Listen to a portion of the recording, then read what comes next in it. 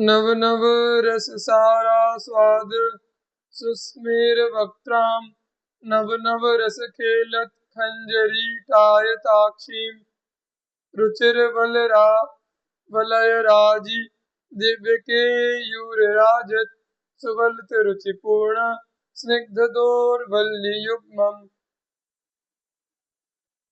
स्वामिनी श्री राधा जी का श्रीमुख सर्वश्रेष्ठ प्रेम रस से भरे हुए नवीन नवीन विलासों, लीलाओं एवं क्रीड़ाओं के आस्वादन से मंद मधुर हास्य से युक्त बना हुआ है। उनके विशाल नेत्र खंजन पक्षी की तरह अतिशय चंचलता से युक्त हैं तथा नई नई रसमय क्रीड़ाओं को प्रकटित कर रहे हैं। उनकी गतिशील, शोभापूर्ण एवं सच्चिक्कन दोनों भुजाओं रूपी लताओं में चमकदार कंकड़ व चूड़ियों की पंक्ति तथा अति विचित्र बाजूबंद सुशोभित हो रहे हैं। श्रवण तट विराज दिव्यताटंकरत नाम रुचिर कनक रत्नोद्भासिना साग्र मुक्ताम विविध कनक हार प्रोल्लसत कंभुकंठी मुरमणि गण विभ्रा जिष्णु के यूर चूड़ाम। स्वामिनी श्री राधा जी के कानों में दिव्य रत्नों से जड़ित कर्ण फूल कुंडल शोभित हो रहे हैं। उनके नासिका के अग्रभाग पर सुंदर स्वर्ण मणि खचित बेसर मुक्ता मोती विराजित है। उनके शंख जैसे कंठ पर चमक दमक से युक्त अनेक सोने के हार पड़े हुए हैं। उनकी भुजाओं एवं शीश पर मणियों से जड़ित अनेकानेक आभूषण देदीप्यमान हो रहे हैं, यथा शीशफूल, बैना, वंदिनी, बाजूबंद कड़ा आदि।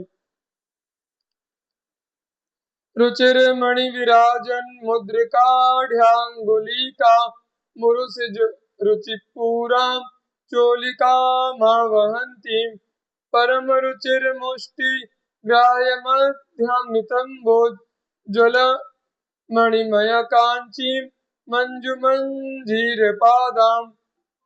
स्वामी श्री राधा जी की मेहंदी से संपन्न अंगुलियों में सुंदर चमकीले मणियों से जड़ित अंगूठियां सुशोभित हो रही हैं। उन्होंने रोजों के ऊपर उन्हें चमकाती हुई जालीदार कंचुकी को धारण किया हुआ है। उनका कटी प्रांत परम रमणीय एवं अत्यंत क्षीणकाय है। उनके नितंब प्रदेश पर चमकते हुए मणियों वाले छोटे छोटे घुंघरुओं से युक्त किंकणी मेखला करधनी परम शोभनीय लग रही है। उनके चरण कमलों में मनोहर नूपुर विभूषित हो रहे हैं। मुहुरुरसी दधानाम वीक्ष्य सव्रीडहासम प्रियमतिरसलोलम लीलया तांबरांतम प्रतिपद नवरंगा नंदमंदस्मितोर्मि तव कृत मुख चंद्रामुल्लस द्रोमहर्षाम। स्वामिनी श्री राधिका जी ने नीलांबर को धारण किया हुआ है, किंतु जब कोई लीला विलास करते समय उनकी साड़ी का छोर उनके श्री अंग से खिसक जाता है तो और उनके अत्यंत रस लोलुप प्रियतम श्री श्याम सुंदर की दृष्टि उस अंग पर पड़ती है, तब उन्हें देखकर वो लज्जा युक्त होकर मुस्कुराती हुई उस वस्त्र को बार बार अपने वक्षस्थल पर धारण कर लेती है। वह प्रतिक्षण नए नए लीला विलासों करती हुई आनंद में डूबी रहती है। उनके श्रीमुख के से मंद मधुर हास्य की तरंगे निरंतर प्रस्फुटित होती रहती हैं। उनका मुख चंद्र सदैव प्रफुल्लित बना रहता है। उनका रोम रोम हर्ष से भरा हुआ बना रहता है। किमपि किमपि सख्या भाषमाणां सहासं किमपि किमपि दृष्टेश्चापलं प्रोद्वहन्तीं किमपि किमपि लोलत् गात्रवल्लीं कदान्तः किमपि किमपि राधां सम्यगाराधयामि।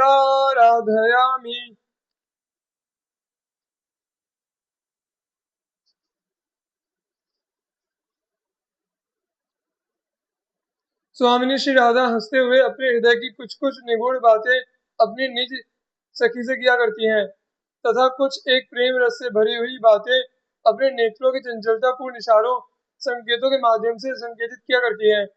कुछ एक बातें अपने श्री बपू की भाव भंगिमाओं अंगों के संचालन रूपी लताओं के माध्यम से अभिव्यक्त किया करती हैं। ऐसा समय कब आएगा जब मैं उन श्री राधा की सम्यक प्रकार से कुछ आराधना करने में समर्थ हो सकूंगा। वाग्बाणः प्रपतन्तु मर्मशतं पादप्रहारः शिरो देशे सन्तु शतं शतं ध्रुवमना हाराः शतं सन्तु वा स्मारं स्मारमथापि जीवनधनं तत् गौरनीलं महो द्वन्द्वं सान्द्ररसाब्धि मूर्तिमुदितो वत्स्यामि वृंदावने। चाहे किसी के द्वारा मुझ पर दुर्वचनों रूपी सैकड़ों वाणी से प्रहार किया जाए जो मुझे मर्मांतक पीड़ा प्रदान करे, चाहे मेरे सिर के ऊपर सैकड़ों बार कोई अपनी लातों से प्रहार करे, चाहे मुझे निश्चय रूप से सैकड़ों दिन उपवास करते हुए ही अर्थात बिना कुछ भोजन किए हुए रहना पड़े, किंतु मैं इन सब बातों से किंचित भी विचलित नहीं होऊंगा। मैं तो फिर भी अपने जीवन सर्वस्व अर्थात अपने प्राणों को जीवन रूपी धन को प्रदान करने वाले उन गौर श्याम वर्ण वाले अद्वैत युगल एक प्राण दो देहधारी श्री श्यामा श्याम जो सघन प्रगाढ़ प्रेम रस की सागर की मोहिनी मूर्ति स्वरूप है को निरंतर स्मरण करते हुए अतिशय आनंद पूर्वक श्री वृंदावन में अविचल रूप से वास करता रहूंगा। भुक्तम जन्मनि जन्मनि प्रियवधु चंदनाद्यं त्वया अहंकारस्तु न शांत एव सुयशो वह वर्जितम नाद्य तत् अभ्यस्ताच्च समस्त शास्त्र वितते मोहस्तु नास्तं गतस् तन्निर्विद्य समस्ततो भजमः नंदाय वृंदावनम। तुमने जन्म जन्म में प्रत्येक जन्म में अपनी प्यारी पत्नी की माला चंदन आदि का भोग किया है, किंतु तुम्हारा अहंकार शांत नहीं हुआ है।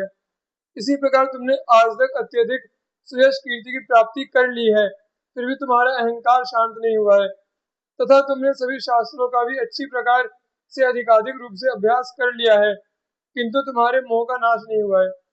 अतएव समस्त प्रकार के विषयों का सर्वथा परित्याग करके तुम्हें अतिशय आनंद प्राप्त करने के लिए श्री वृंदावन को दर्शन करना चाहिए।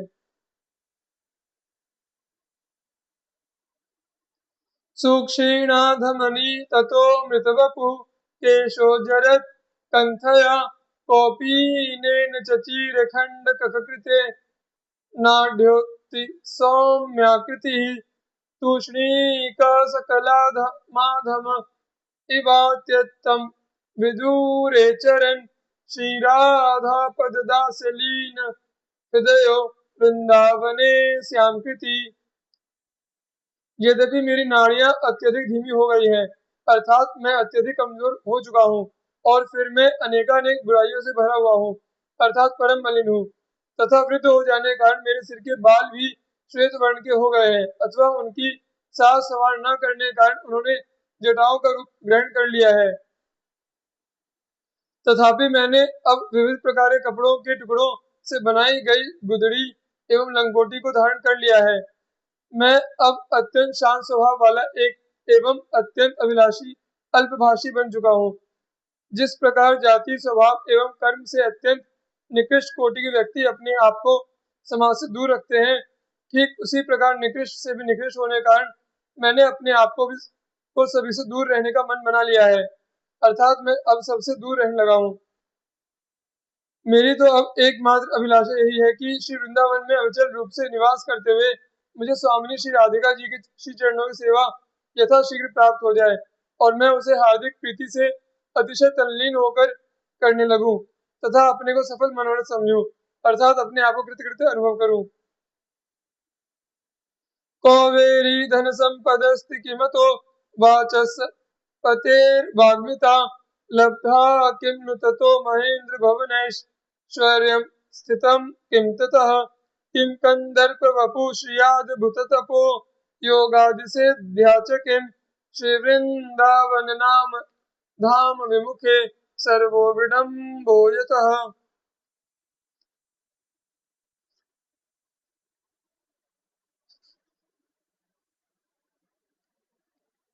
यदि किसी को धन दौलत और कोष के स्वामी कुबेर जैसी धन संपत्ति प्राप्त हो जाए तो उससे क्या लाभ।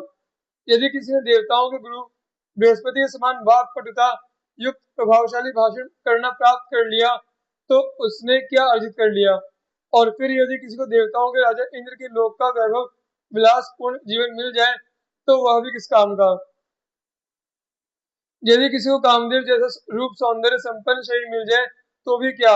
यदि किसी ने अद्भुत तपस्या अथवा योग आदि के द्वारा अनेक प्रकार की सिद्धियां भी प्राप्त कर ली हैं तो भी क्या, क्योंकि जो व्यक्ति श्री वृंदावन नामक धाम से विमुख है अर्थात जिसका लगाव वृंदावन धाम से नहीं हुआ है उसके लिए तो उक्त सभी बातें उपहास परिहास की विषय है।